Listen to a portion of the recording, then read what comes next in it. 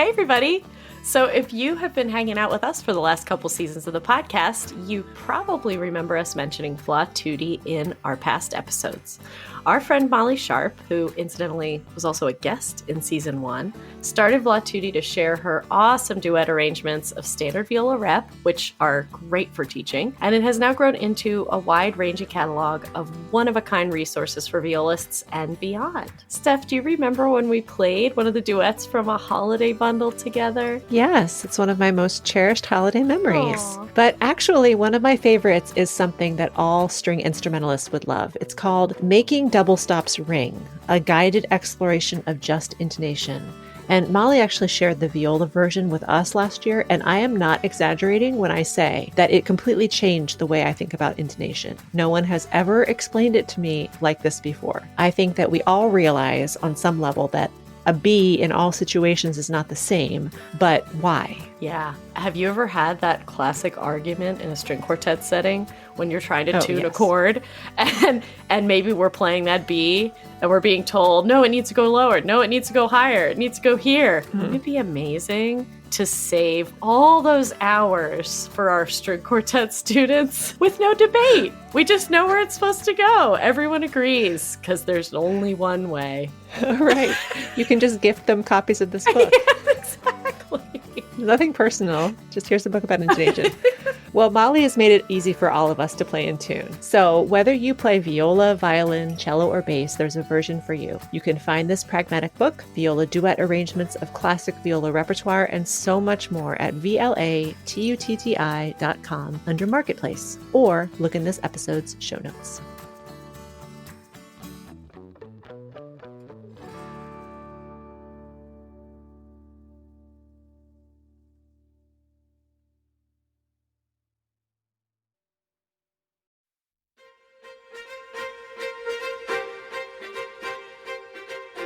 Welcome to the Viola-centric podcast. We are two curious violists finding inspiration through authentic and challenging conversations in the professional music world. I'm Liz. And I'm Steph. Let's jump in the deep end.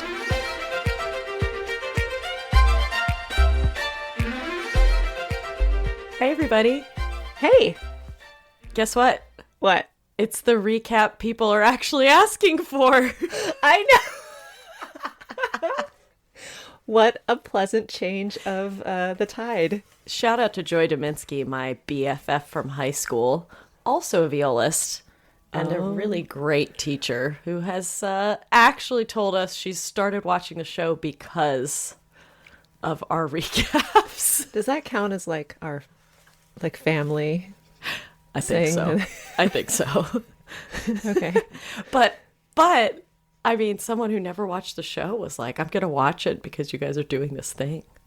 Oh, I'd rather someone say I watched the show and I'm listening to your podcast for the first time because you're doing this show. I think that's happening though, right? Like we're getting like interest that is, yeah, it's interesting. Well, yeah. So if you're new here, thank you and welcome. We do have other shows that are more guest interview style things, but if you're just here for this, that's fine too. We have a good time with this. This is like our connection / low stakes slow stakes chatting. Yeah, it's basically like the kind of conversations you and I always have, but recorded and about a specific topic. Right. Yep. So thanks for hanging out with us, everybody. Yeah, we're glad you're here. So it's episode 4. Oh my gosh. We're rolling now. Yeah. We're in it. And it's a lot of drama. So the opening scene, we see Rodrigo at the library. Mm-hmm. Like he actually goes to the library to listen to music, which I love. In the rare archives section. Yeah. Yeah. Yeah. And he's actually got gloves on. He's looking at the actual manuscript. And then Mozart appears, you know, like he does. And they start having a conversation. Yep. Yeah. So after the credits, then we go and we see Gloria, who's in a donor meeting. she's prepping for a donor meeting. Yeah. I guess it's a big party fundraiser that's going to happen later that day. Yeah, right? that scene had Devil Wears Prada vibes, you know, like the assistants following her around like, oh yeah, this person, this, and this person. She's like reminding her of the details of the VIPs she's about to go schmooze with. Yeah. Oh, my favorite TV episode. Did you ever watch Veep? No. Oh my God. I know. You know this? There's No. a scene where someone's prepping Julia Louis-Dreyfus, and they're whispering in her ear as she's shaking the shaking the hands of Congress people or representatives or whatever, and he's like, "Wife, not daughter. Wife, not daughter," or something to that effect. Yeah. Yes, exactly. Oh, I think that it'll be really interesting if we ever get to a point in our lives where we have to do that. You know what I mean? Like someone has to stand there and tell us like, oh, this person, like what would that life be like?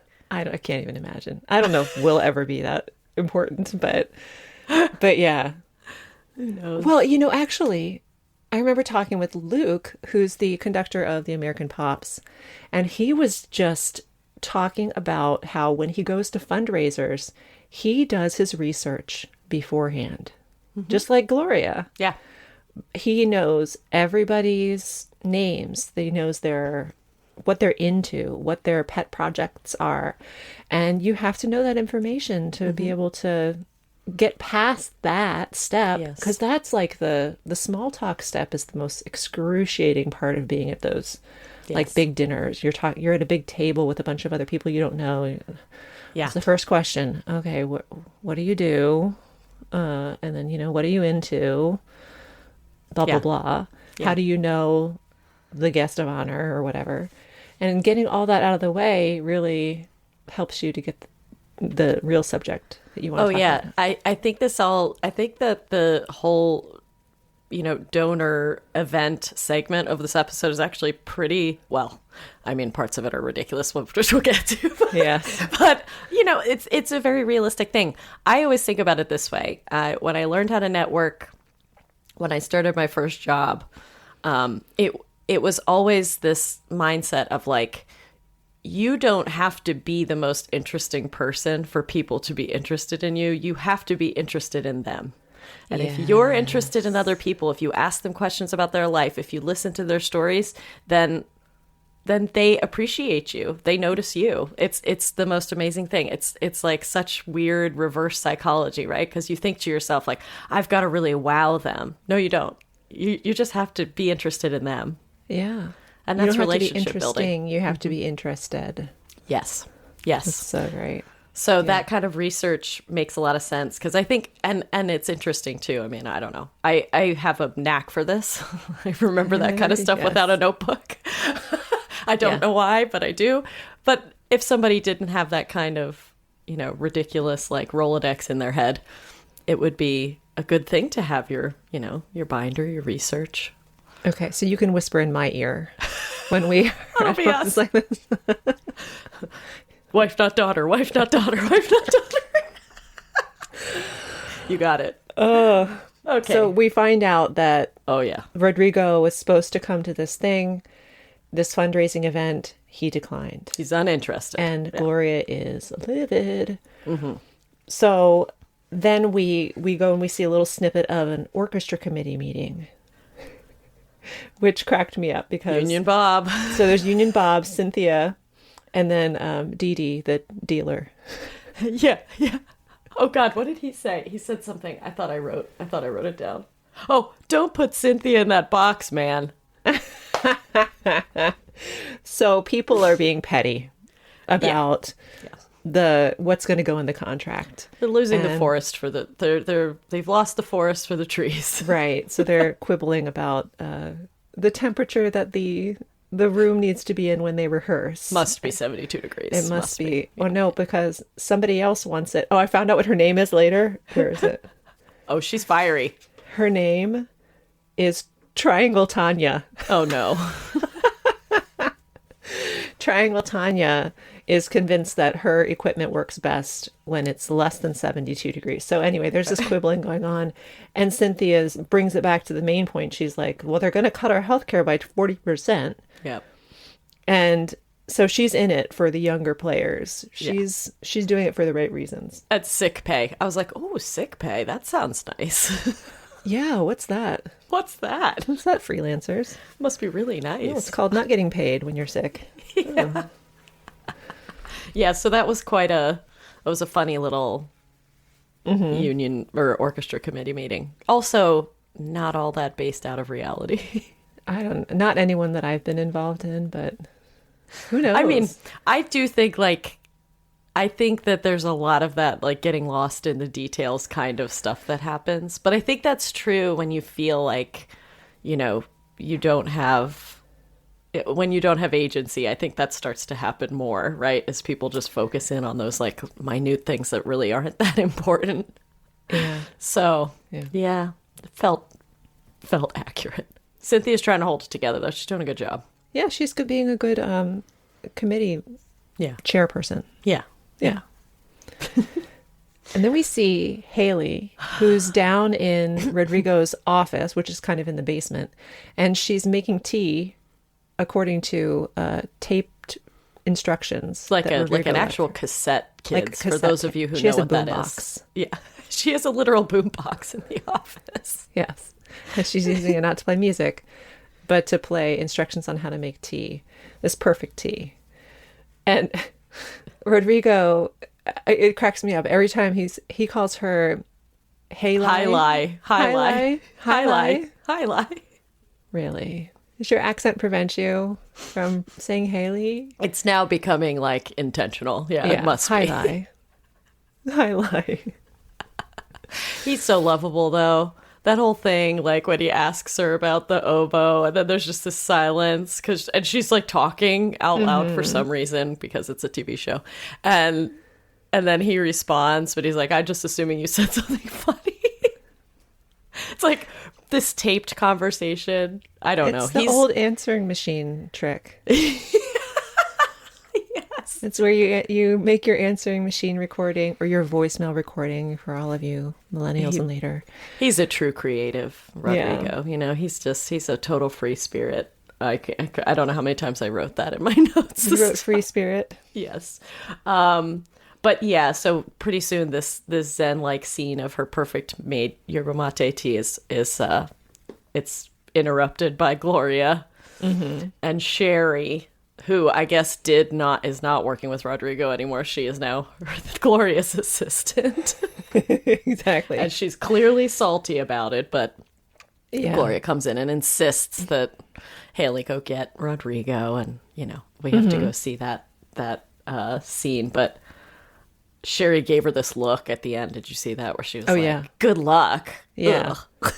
I wrote, Sharon is not supportive. She's the worst. She's the worst.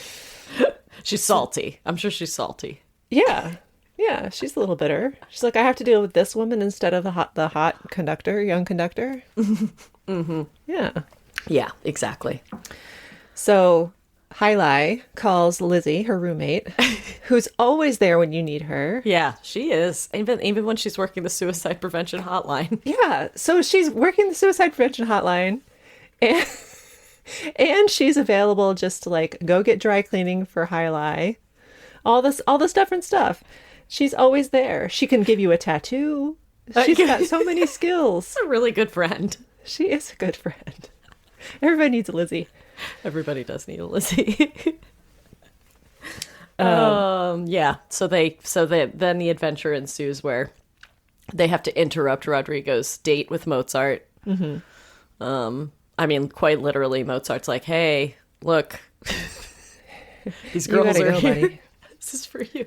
And the whole scene where she's like tries to knock and then she doesn't hear her, so she kind of interrupts him and he's like, "Why didn't you knock?" She's like, "I did, but they were on the books and it was really soft." Like, this is a thing, knocking. I have a feeling we're going to see the evolution of Hailey as a character. She's going to come into her own. Yeah. As we go through this series. So Yeah, this was definitely not a Hailey episode. This was like really centered around the conductor drama. Yeah. As we're really about to find out. So right now the donor dinner is happening. It is in full swing. And Rodrigo is supposed to be there, but Thomas is there, like the good conductor, music director that he is. He's well seasoned. He knows the importance of these things. And he is there. And he is totally schmoozing with the donors. Yeah. He's doing a great job. Mm-hmm. Yep. He's playing piano. He's doing great. He called capital campaign the capital punishment. And everyone went, ha, ha, ha. I was really turned off by the well-endowed joke. Oh. The batons are getting endowed. Yeah. And there's the competition, which, to be fair, I mean, who's setting Thomas up for this disappointment? Because let's be honest, like his baton is not going to raise as much money as Rodrigo's, and he's just going to be upset about it. Yeah. We knew this was coming. Another nail in the coffin. Another nail on the... Exactly. Yeah. But so much... Yeah, that was a very... I feel like that was a really typical kind of like donor event scene.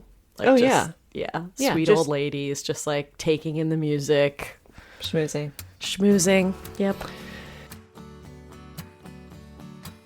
Season 3 is sponsored by the Arc Rest. You know, Liz and I are always being asked about our Arc Rests, and we're happy to share how much we love them. The freedom of movement has been life-changing for me. Me too. And I love how using the Arc Rest allows my instrument to vibrate fully. And depending on how my body's feeling, I can also change the placement of the bass. Although Aaron and Tigran started the company in their home workshop, they've come a long way, continuing to innovate by experimenting with harder and softer woods, and even new materials like fiberglass. There are basses for violin, viola, and even for small fractional instruments. And there are foam pads of different thicknesses, so you can find one that fits your body or instrument perfectly. And the guys over at ArcRest are sharing a special discount code for our listeners. Use the code VIOLAcentric for 10% off anything on their site. Yes, check out their offerings at thearcrest.com. That's TheArcrest.com. And don't forget to use the code VIOLAcentric.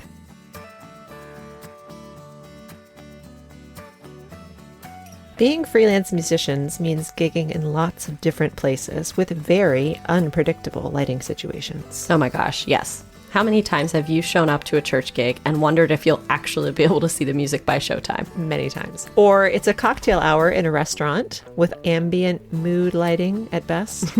We've all been there and have used those alien-looking bendy lights that only light up the top of the page, so that by the bottom of the music, you're sometimes just guessing, or maybe we'll call it being creative. We didn't know it at the time, but the Aria lights could have saved us lots of eye strain and unplanned improvisation. Yes, and with a rechargeable battery that lasts 8 hours, you'll never have to carry backup AA's in your case. You'll just charge it up at home and take the Aria light to your gig. The battery will even hold a charge for years between uses, not that you would go that long. Thank you so much to Aria Lights for their support this season. Please check them out at arialights.com.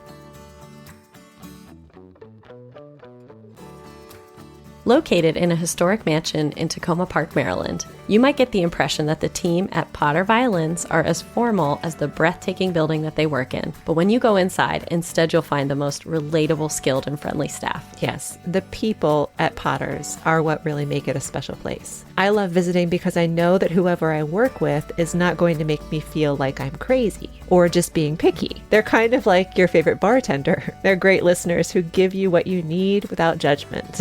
Yes, their technicians are not only super talented, creative, and resourceful, they take the time to collaborate with you so that the process of getting your instrument at its best really feels like a partnership. So if you're in the area, definitely stop by and introduce yourself to Chris, Rob, Kimberly, Derek, Jim, Melissa, and the whole team, or visit potterviolins.com to find what you need online. It's so fitting then that their shop is in this beautiful old house, because the staff at Potter's really makes it feel like home. So they're in the car on the way. They've nabbed Rodrigo. He's changed into his fundraiser clothes, and they are in the car. They're in a cab, actually. And Rodrigo is, getting a little bit closer to Hailey. I see some foreshadowing going on here. But they roll down the window and he's like, "Do you hear that?" And it starts with, they're going over a bridge. So they hear the tat tat tat tat tat tat tat of the bridge slats, and that's supposed to be like the percussion. And basically he's saying that all the outside ambient noise is like a symphony, and do you hear it?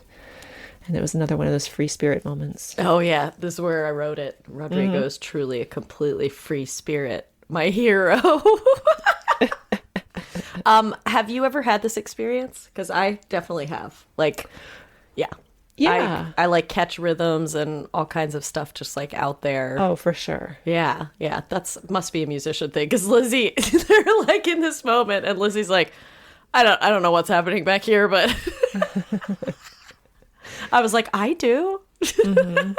So there was something for everybody in that scene. I felt like, yeah, it was kind of like a cool scene, but I don't know how I feel about like the vibe between the two of them yet. It feels a little like there could be Me Too implications. Totally. There. Yeah. It feels a little icky. Yeah, it's a little icky. And I don't know. I feel like it's sort of, I could see more of like a Cynthia Rodrigo thing happening than I could see a... That's what I want to see, but I think that down the road we might see them together. Well, which makes me really sad for Alex, the dancer. Yeah. Who's much more age and experience appropriate for life appropriate. Hailey. Yeah, totally. Yeah. No, it's not going to work out with Rodrigo. Yeah. Anyway. No one can hold that man down, I don't think. Speaking of which, so he gets into a joke like a joke exchange with the cab driver, and the cab driver comes out, has a relative who really loves Rodrigo, and he wants a selfie to send to this woman. I love this so much. This was a really cute scene. Yeah. So Rodrigo's like, "I'm going to call an audible. We're going to go." It's like, let's see this person. Yes. We're going to go see this person in the flesh. Yeah. So they go, and it's a restaurant. Yes, but first we went back to the donors where Thomas is playing piano. Okay. Oh, yeah. Okay, so yes, Thomas is vamping like a pro. Thomas is vamping like a pro until his wife catches a text on his phone. From Costanza. Yeah, and she's so like, AKA Cynthia. Yeah, she knows. She knows, and she knows who it is. She knows that it's Cynthia. So anyway, that was just really interesting. Yeah, it's the vibe there is very tense. There's a lot of like tension going on there where Thomas is trying to carry and he's like begging them to give him money, and like nobody's putting their flags up. And it's just just like not. And he's doing a great job. He's trying so hard with what he knows how to do. Yes, that's right. Which is I think what this whole episode leads to is, where his role is now. Yeah. Yep. It makes me sad for him. And then we were back to Union Bob walking with Cynthia and complaining very audibly about the bigger fridge. Oh yeah, they need a bigger fridge. She's like, okay, I'll make sure the bigger fridge is in there. Like, it was like... Yeah, so Cynthia's out there solving the problems. Then we see her in the restroom. Yeah. And she's injecting her hand with something. What is she, like, giving herself her own cortisone shot? Like, that's what I was thinking. Like, is it you allowed to do that? I don't know. Well, I mean, Dee Dee, the timpanist, has everything. So Dee Dee probably gave her the cortisone. Yeah, that's true. I was assuming it was something like that and not like a, like a drug. Yeah. But I will say that this scene, it did resonate with me in that when you are suffering as a musician, the tendency is to keep that quiet. Mm-hmm. Especially, like, I mean, they have a contract. I don't know why they're all worried about this, but as freelancers, if it's a small world, and if people know that you have some kind of injury, people tend to keep that quiet so that they don't miss out on work. Yeah. So I felt her pain there. Yeah, that's true. That's true. Who Although knows what I don't that think is. people, I think we have more choice now. I don't know that I know of contractors now that, like, if I shared that, I had been dealing with something with my shoulder or whatever, I don't think it would necessarily keep me from being hired. It would be my choice, but like, I'm not going to make the choice not to, I think definitely, probably even in 2014, it was much worse, would be my guess for that. I think we've come a long way with physical pain, emotional pain. On the other hand, psychological damage. Haven't gotten there yet, but yeah. I hope it's better than it used to be. I like to think it is. And I hope she finds some relief. yeah, I don't know what that. There's clearly going to be more to that story, I would think. Yeah. By the way, I accidentally watched on this streaming service last night called Freevee. Yeah, don't do it because there's commercials. If you have Amazon Prime, just watch it on Amazon Prime. Oh, good to know. They interrupted me right after her injection. I was like, what is this? I didn't sign up for commercials. Anyway, okay. So yes, now we get back to the detour. And it is so cute. It's such a great, I don't know. It's just like, Oh, the party at the restaurant? yeah. It's like living life in the moment. Yeah. Like being with people, just like, yeah, it's so good. It was a good commercial for being present. It was. Yes. It was He like some things are dancing. more important than bougie donor dinners. Right. He was connecting with real people. He was. He was playing guitar. He was giving massages. Yeah. If He it was weren't for those rat tails he's kept in his hair, he'd be all around. The hair, that look is not good, though. You should just cut those off. Yeah. Maybe that's why he was wearing the scarf before. To hide them. Before she gave him a haircut. I don't know. So we finally arrive at the donor dinner. Yeah. Rodrigo makes a huge entrance. We meet several of the donors. Did you see the one where the woman's like, I miss your hair? And he's like, Yes. oh, well, I kept some locks. I can send you one. Yes. That was Bunny. Her name was Bunny. Oh, Bunny was Bunny from the Joffrey. Bunny was thirsty. She was thirsty. Thirsty. Yeah. Speaking of thirsty ladies, the next scene is where he does this shtick. He has everybody bring over their champagne glasses. And he like sips from some to make them just the right level. And then we're supposed to believe that well, first he asks everyone to wet their fingers. Ugh. And I was like, This is clearly filmed gross. pre-COVID. Yes. Get your hands out of your mouth. It was even just taking old ladies' drinks and drinking out of them. Like, that's not going to ever happen Yeah. again. And to anybody who's tried this, you let me know if it's ever worked for you. But you have to have the right kind of glass. It has to be the right. So he has people playing alternately their glasses of champagne with their wet fingers. And just by drinking them to the right level, he knows what pitch they're going to be. He only made like 3 adjustments. So many eye rolls. So much eye roll. Yes, there was a lot of eye rolling. But it was very suggestive. Watching these ladies like... So much about that. I put, okay, no, just no, with the glasses. And then I put, I'm as disgusted as Thomas. Thomas looks like he's going to throw up. He is like, I can't even with this. Yeah. So he has the group of people playing Furelise. Okay. All right. Well, suspend disbelief. This was a very good fundraising technique, and his baton becomes very well endowed. Oh, yeah. And Thomas has reached his breaking point. Yeah, he throws the tirade of all tirades. It's fun to watch. Yeah. He Feels has had cathartic. enough. He's been burying his pain Yep. for months because no one is being straight with him. Yep. And I totally feel him in this moment. Like, Totally. Are you kidding me? Yes. Yeah. Yes. So he has a tantrum, and basically we see him packing up his office in like the next scene.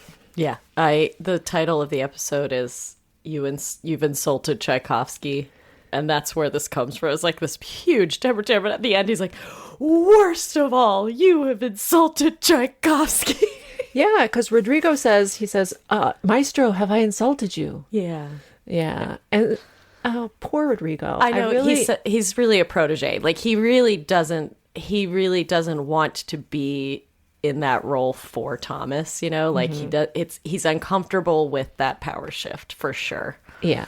Yeah. And he clearly looked up to him. Yes. And he feels understandably chagrined about the whole happenings. Yes. So that goes to his credit.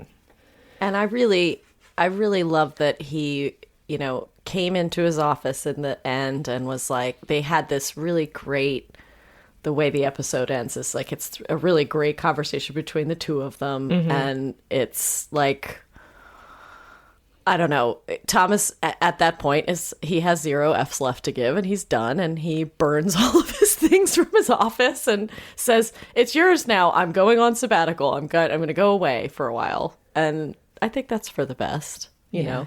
And he kind of, he also like, he gave Rodrigo the, attaboy and was like, this is how it works. Like, I did it to my predecessor. Like, you're doing it to me. This is the job. Which makes a lot of sense, I mean, I think that is how it goes. Mm-hmm. To be the king, you have to kill the king. That's what he said. That's right. Yeah. So, okay. So he hands over his keys. Yeah. And then he drives off.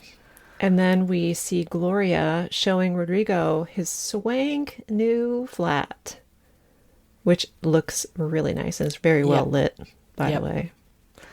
It is lovely. It's very, very lovely. It's very really fancy. Nice. I like that he said to her, I only have so many of those fundraising events in me, and that she acquiesces and says, I understand. I will try to limit the amount that you're required to attend, which is good because it's like shows like a little bit of a good working relationship. And and then Hailey shows up at the flat for some reason.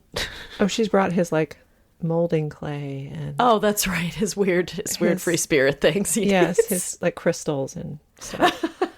Okay, well, and you need to sleep. When you sleep somewhere new, you have to have your crystals. Okay, I'll take it from you. And he's received a package from Greenland. Oh yes, and the Smetana Quartet, which big viola entrance, like that was kind of cool that's what we got to hear during this dramatic moment where he opens this weird cryptic. They know that when you need the drama, you have to bring the viola. You have to bring that viola solo from Smetana. So he pulls out this scroll, and it looks like if you did a search on Etsy for music art, that's what you would get. And Hailey goes, the melody's very strange.